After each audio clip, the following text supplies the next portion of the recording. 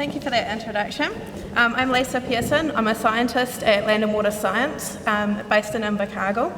I've been leading a research project for the National Science Challenge, our Land and Water, for the last 4 years now. That has been largely mapping the physiographic science nationally. So we've taken the work, the background and all that development that was conducted within Environment Southland, and Clint Risman and I, who are the lead researchers on this project, have now produced national scale physiographic maps for the country. Part of this project, we were realising that, it's really great producing science, but if we can't deliver it to the people that actually need this information, it can sit where its value is lost. So we put together in 2018 a Sustainable Farming Fund project, which is funded by the Ministry of Primary Industries, and with a number of industry bodies, developed a web portal for physiographic science. To be able to be a Sustainable Farming Fund project, it needs to be farmer-led. So we have a steering group of 5 Southland farmers across a range of industries that have helped guide the development, content, and look and feel of this website. It's actually 2 months probably away from a release, and you guys are actually the first people to probably see it publicly, so count yourself lucky here. It is a website, it's not mobile friendly, and it is live, but it's not quite ready for a release. But I'm going to try and do my best to actually give you a bit of a look and feel of the website today. And you can, when you go home, you can also have a look at it at landscapedna.org. So our farmer steering group came up with this name, Landscape DNA, because physiographic science, who knows what that is? Landscape DNA, we all know what our DNA is. It makes us. It's that combination of the building blocks, that all these different things that, I have blue eyes, these things in the landscape that all come together. So our soils, our geology, our hydrology, our topography, our climate, all those things come together to give a really like a fingerprint or a DNA signature of our landscape. So this is the site. It's broken up into 3 main sections: science, which is for really around learning and educational resource to find and understand the interaction between water, the landscape, and how it affects the quality of our waterways. There's a big section, which is probably the main part of the website, which is where you can view the classification, view the underpinning maps to this work. You can zoom right down to farm scale. You can't actually do that presently, but you will be able to, and I'll show you some of the features that you'll be able to do in there. And then we link this to actions that can be done on farm. So this is where we've teamed up with some of the other researchers in the National Science Challenge to find out to match which mitigations are best placed into what settings. So firstly, I just wanted to start with a bit of a summary of where we think this information is best placed. And we think it's really as a decision support tool. We want to place this information where people can use it to make better and informed land use decision making for environmental management. This is because the physiographic environment classification is typically mapped using our current 1 to 50,000 scale soil maps, 1 to 250,000 scale geological maps. So at a farm scale, there is going to be some slight variation in where that line is drawn on the farm. But that doesn't mean to say it's wrong. And what we do through here is to try and give you the background understanding so you can look for particular features within a farm environment to understand how that all comes together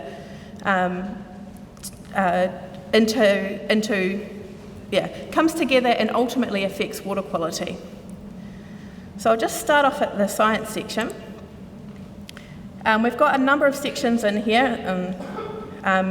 What we want to be able to show is how the landscape varies I'll just show some figures that we've made to do this. Where's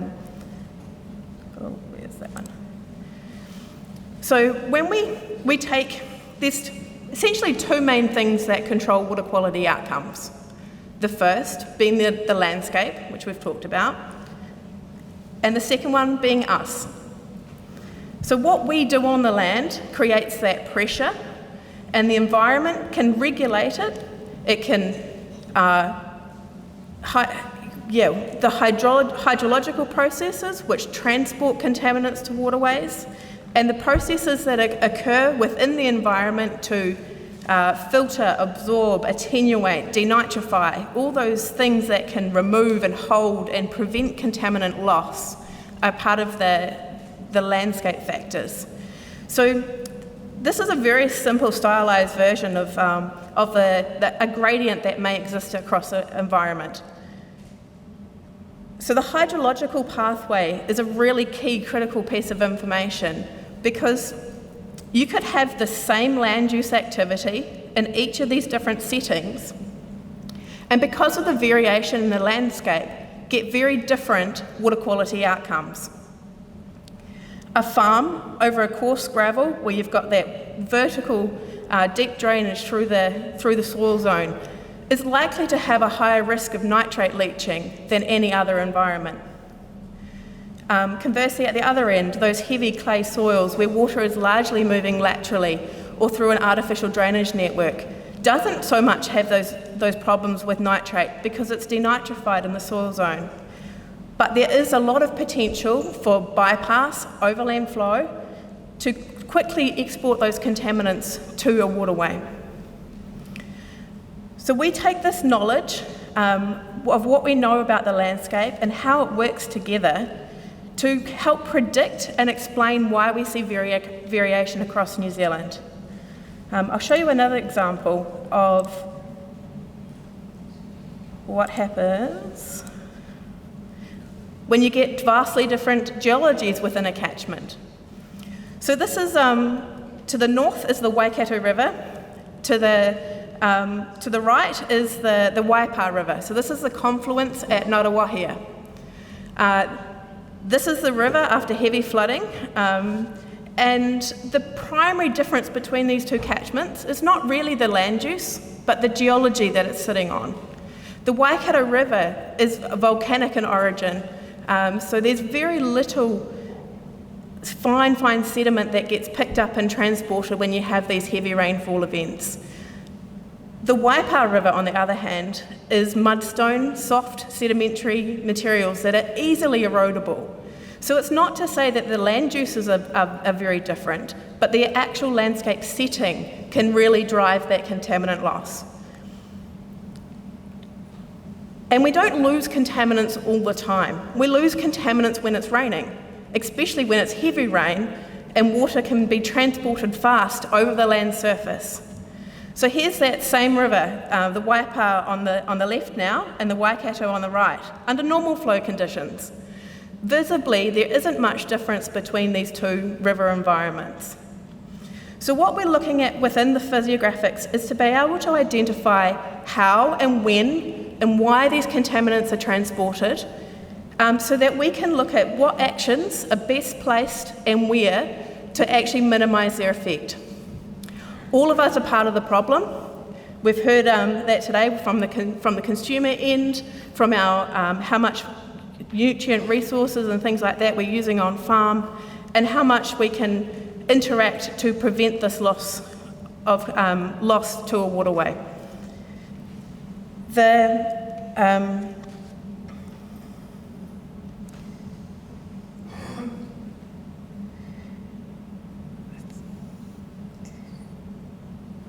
Okay, so I think that is everything I wanted to cover in the science section. I'll just jump now to show you the actual classification map. So firstly, when you come to the website, you will see New Zealand with a physiographic classification that is very similar to Environment Southland's physiographic zones. There are some slight differences, and what that prompts you to do is to firstly zoom into your region.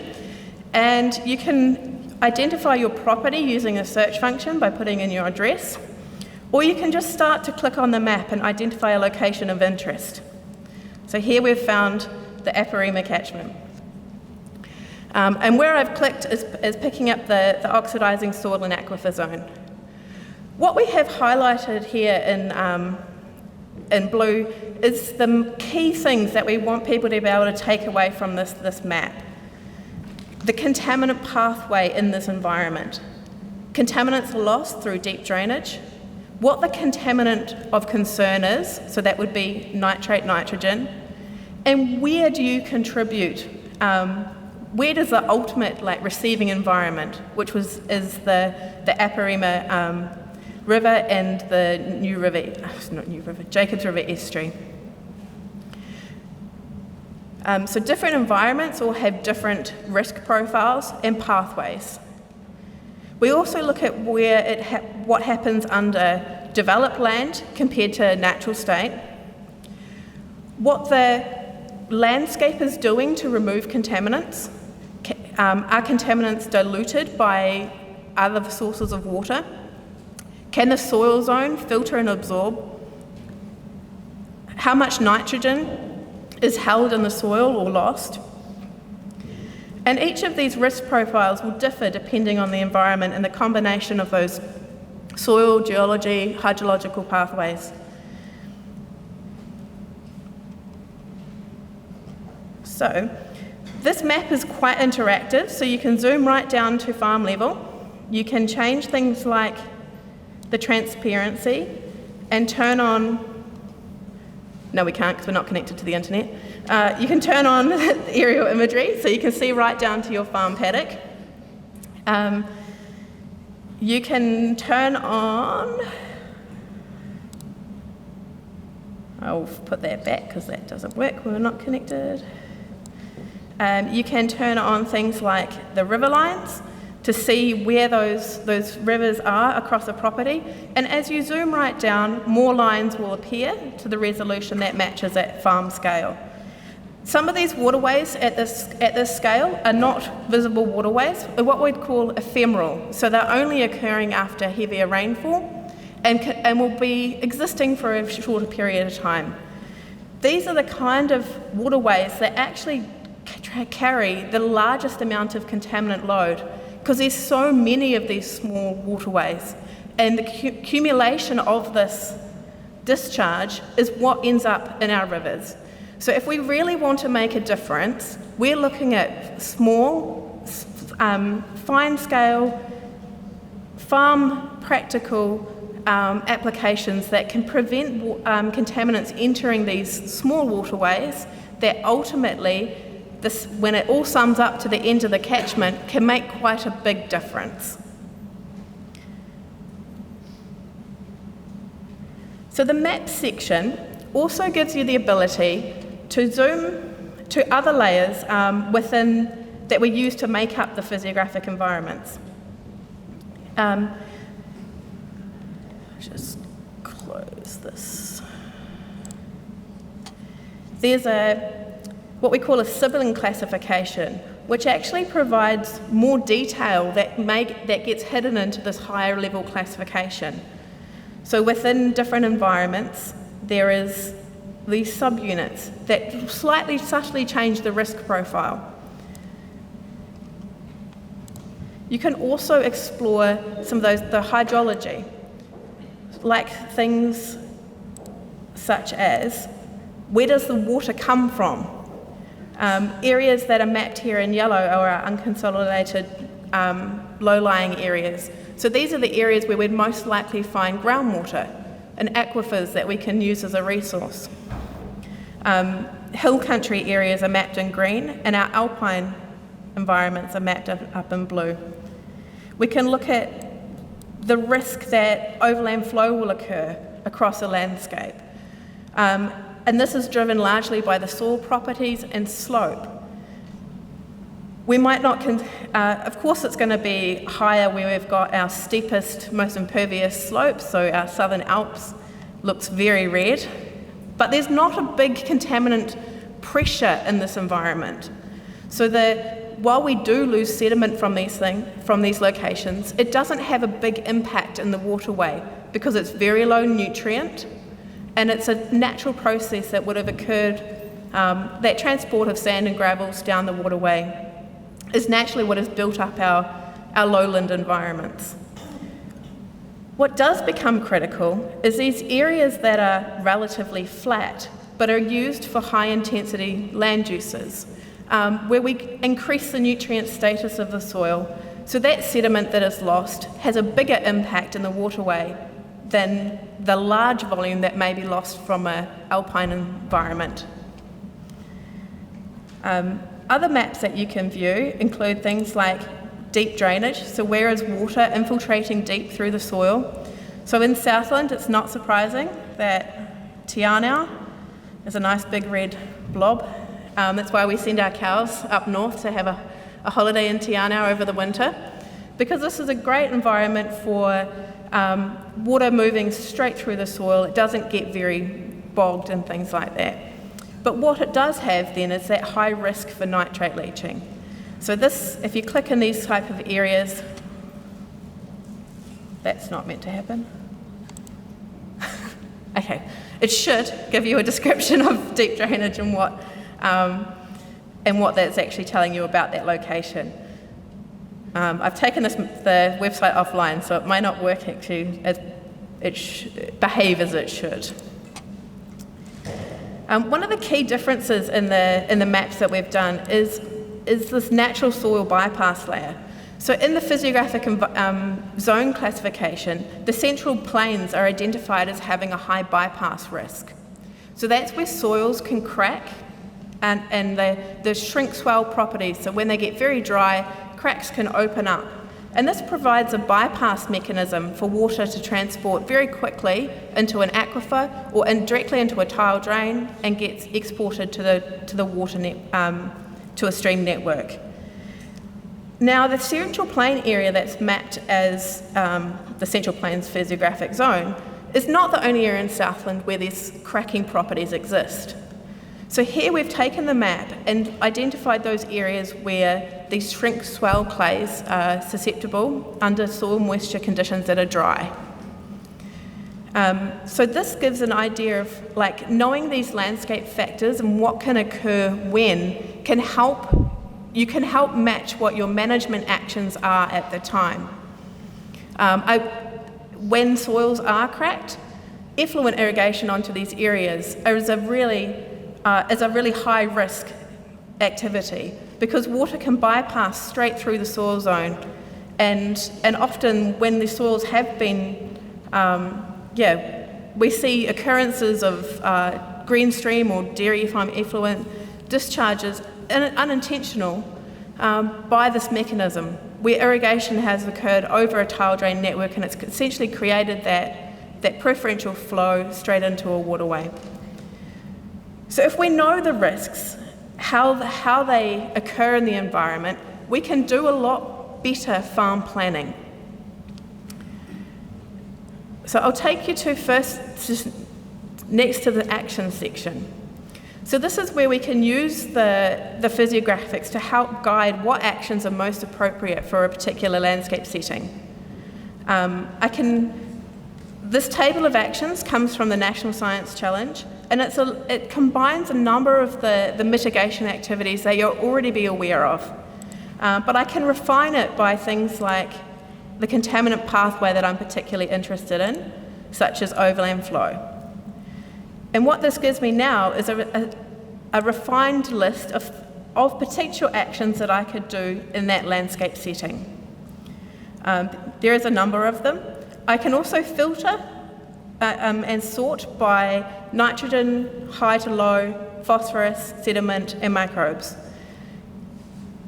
This work also tells you about the effectiveness, the relative cost, and the response of that action.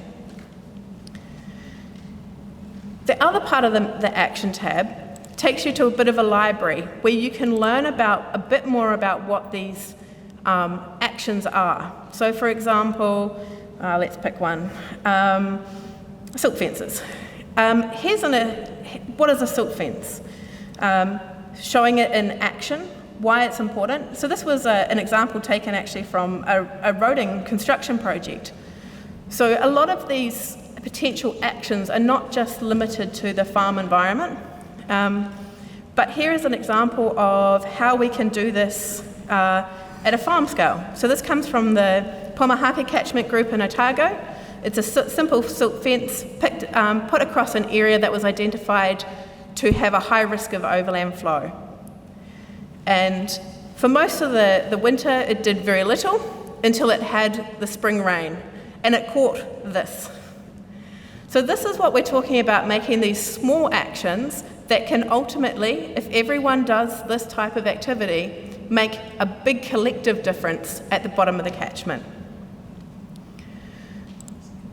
So just quickly, there's also a number of little short animated videos to give you an idea of how the contaminants are transported in each physiographic environment.